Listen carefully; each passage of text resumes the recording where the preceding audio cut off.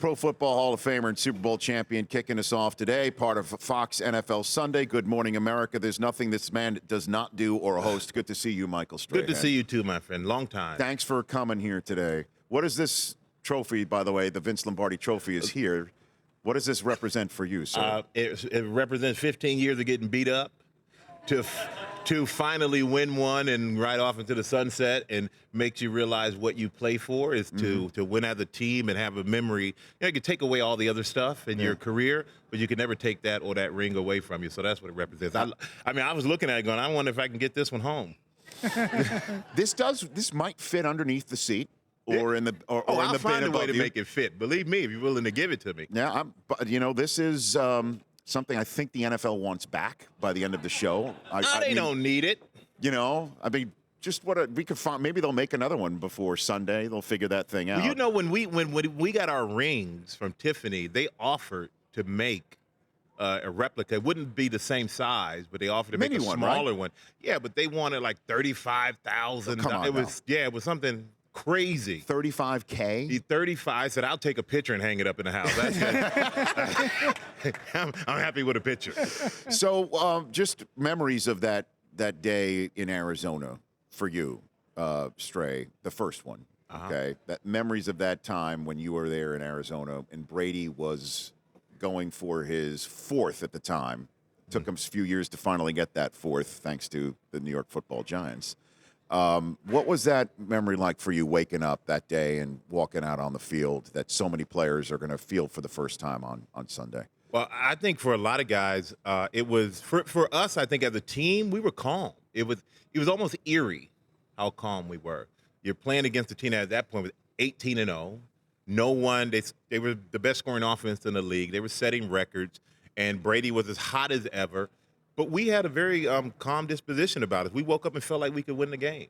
Had we not played in the last game of the regular season and lost a close game, I think we would have felt a little overwhelmed. But I think we knew what they were about. We knew what we needed to do to beat them, and we just went out there and executed. No one was scared, and I think that was the best feeling I've ever had on a football field. We have 11 guys on both sides of the ball locked in on every play. It wasn't like one guy's doing well and the other guy's kind of having a down game. Everybody was locked in, and there was a singular focus, and that was to win the game. So why did you know that was your last game, walking on the field? Did you know that? Well, if we had not won, it probably wouldn't have been my last game. You think? I may have come back for one more because we were so close. But I don't know, maybe I would have been disappointed had we not won, that I would have ridden off into the sunset then. But I knew that it was something special, because the way the season happened and the way that we won games, it felt too good to end in a bad way. And everyone goes, oh, it was lucky with Eli getting out of that sack and David Tyree catching it on the helmet. You can call it luck, you can call it whatever you want to call it, but I think for us, it was just the way our season had gone, and it was just the way that, in our mind, it was supposed to end. It was supposed to end in a dramatic fashion because we had a dramatic season. If I told you, Michael Strahan, on that day after you decided to retire, that what would be in 2017, 10 years later, less likely, Tom Coughlin back with the Jacksonville Jaguars, or you as the host of The Pyramid and Good Morning America? What would be more unlikely to you? I would have been like, what you talking about, Rich? You know what I'm saying?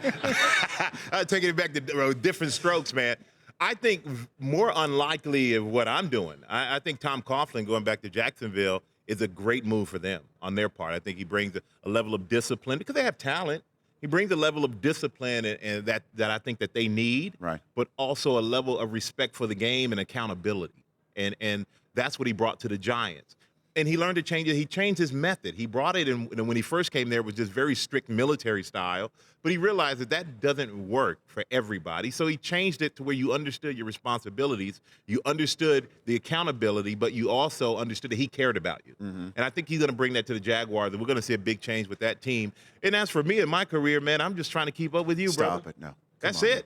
I am. You do this. You got TV shows. You're the face of a network. But I'm not giving away cash and prizes. I'm not saying good morning to an entire nation well, I guess on this show I'm doing that. Yes, you're doing that. But I guess maybe it should be the Good Morning Rich Eisen Show America or something. We could let's not push it now. Let's I was just saying we need to let's workshop stay in that our idea. lane. Got to workshop that idea a little bit better than that. But it's good, man. I mean, and I'm one of these guys. I'm very grateful, and I understand. I owe everything to the game of football, and I know there's a lot of flack about football and a lot of the things that have come back, with the haunt, some of the players in the game, and I know a lot of players out there with a lot of issues, and there's a lot of responsibility that needs to be had on their behalf and on all the players' behalf.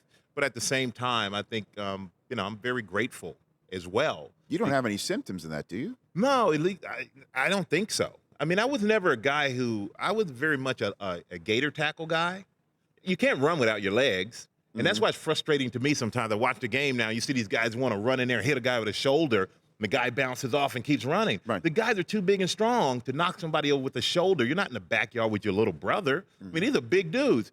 But I was one that said you can't run without your legs. So I pretty much wrap your legs and roll like an alligator. You can't run without your legs. So I think it saves me a lot of just banging your head against the wall, for lack of a better word. And who knows what the future holds. But for right now, physically and mentally, I feel as good as I've ever felt. Physically, I feel like I'm 25 years old. And you're got a second season of Pyramid coming up soon, right? Yeah, $100,000 Pyramid, man. Come on, win some money, baby. Help somebody win some money. By the way, I am a game show aficionado. Are you good? Everybody says that. I'm not doubting you, but everyone says, oh, man, my mom's the same way. We did Chunky Soup commercials years ago. Oh, boy, I can act. And my mom. So we get there, and her line was, you need a hot bowl of chunky soup to fill you up right. You need what happened, Denzel Washington? Where are you now? So the game sounds easy, and the game looks easy when you see someone who's really good at it. But it is tough when that clock is ticking. You got 30 seconds, and that person across from you. Stray, who are you talking to right now? Come on. Rich, don't. I can give clues. I can receive the clues. I know all of the business. I know you got to put your hands in the straps. You can't set use your yourself hands. up, right? Oh, I'm ready to make somebody's $100,000 dream come true on your show. It's going to happen. Like Joe Namath. I am calling my you're shot like Joe right Namath now. You're I'm like Babe Ruth. You're calling $100,000. I'm guaranteeing right? $100,000 for whatever lucky individual your producers care to pair up with me. Okay. All right. Yes. More likely that or the Gaga selfie. What's more likely? Come on. What's more likely is he's helping somebody win $100,000. Yes, it is. Thanks, Mike. Yeah. Oh, yeah. I love that show. It's the truth. We're going to make that happen. I watched the Dick Clark daytime version. I watched the Dick Clark nighttime version. And I watched it's a fun your show. version. It is fun. I love it because look, if Prime can do it, I can do it. That I know. Yeah, and he's Prime, coming up next. Yeah, Prime. I got to say, wasn't Prime's finest moment to do the show. He was giving body signals that didn't match up with the words. I'm like, what? How does that mean money? I don't get it. But the Prime, it made sense. There's a Prime to English dictionary that sometimes you need to use. He's a special individual. But I'm well versed on Prime. I've been around him forever. He's a blessed man, just like you are, Stray. So we're going to be bringing out Gotham Chopra here soon because it's part of your expanding universe of what you're doing. Religion is Sports right here on Audience is yet another show that you've got your finger in that pot. How are you enjoying Good Morning America? I love it. I'm so used to being a part of a team, and it's great to be a part of a team of really smart people.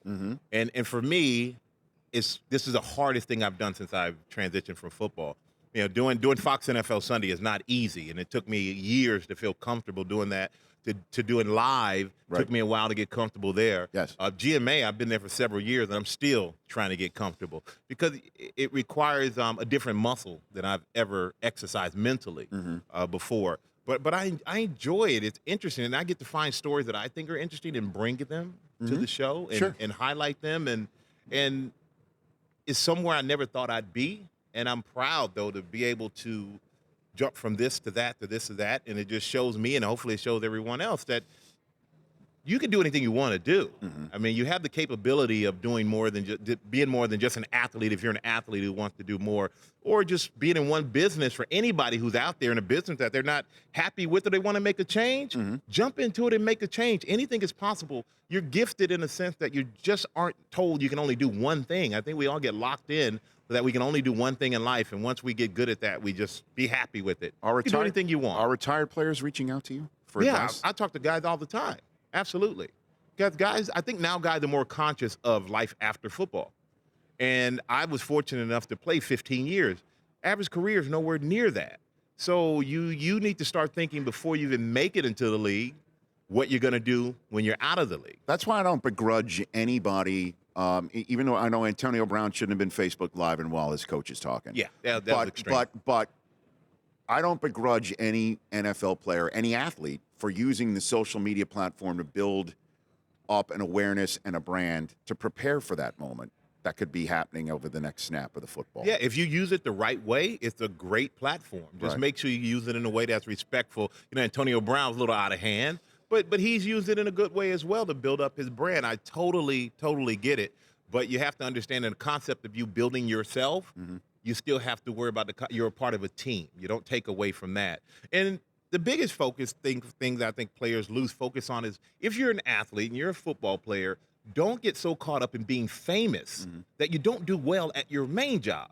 Your main job is to be an athlete right now at this point in your life. Right. Do everything you can to be great at that, and it makes things away from that a lot easier because you're building up your brand through your ability to show people from your work ethic to your success level on the field translates off in the minds of people who make the decisions to help you move into another direction. Do you speak to Odell on this subject at all? Every once in a while I talk to Odell. But you know, Odell's young, man. He's young. He's figuring it out. And he's figuring it out in the toughest city and an environment to figure it out in. Well, I'm concerned that he might not, be ready for that spotlight. Because again, I mean, you look at Jarvis Landry, who he went, and those two guys always bring up, right?